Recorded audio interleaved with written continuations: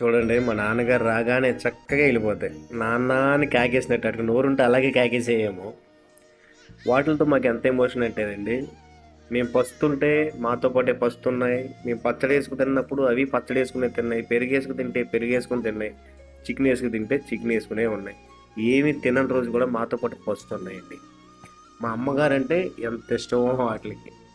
వీటి గురించి మేము ఇల్లు కూడా ఖాళీ చేసి వేరే చోటుకు వచ్చేసాం. ఆహా! అద్దిల్లు మీకు తెలుసు కదండీ! ఎలా ఉంటదో పరిస్థితి.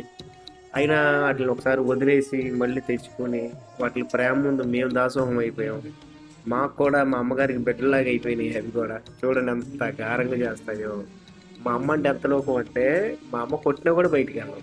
మేము అరిసినా ఎళ్తాయి కానీ. అంతలోపు అమ్మ అంటే ఇగో చూడండి మీరు చూస్తేనే అర్థమైపోతా ఉంది. చక్కగా అమ్మ దగ్గర అడిగి మరీ తింటాయండి. అలా ఉంటాయన్నమాట. ఇదేండి మా ఫ్యామిలీ. ఇదిగోండి మా అన్నయ్య గారు ఇంటి వెనకాలే ఉంటారు. ఒక హాఫ్ కిలోమీటర్లో.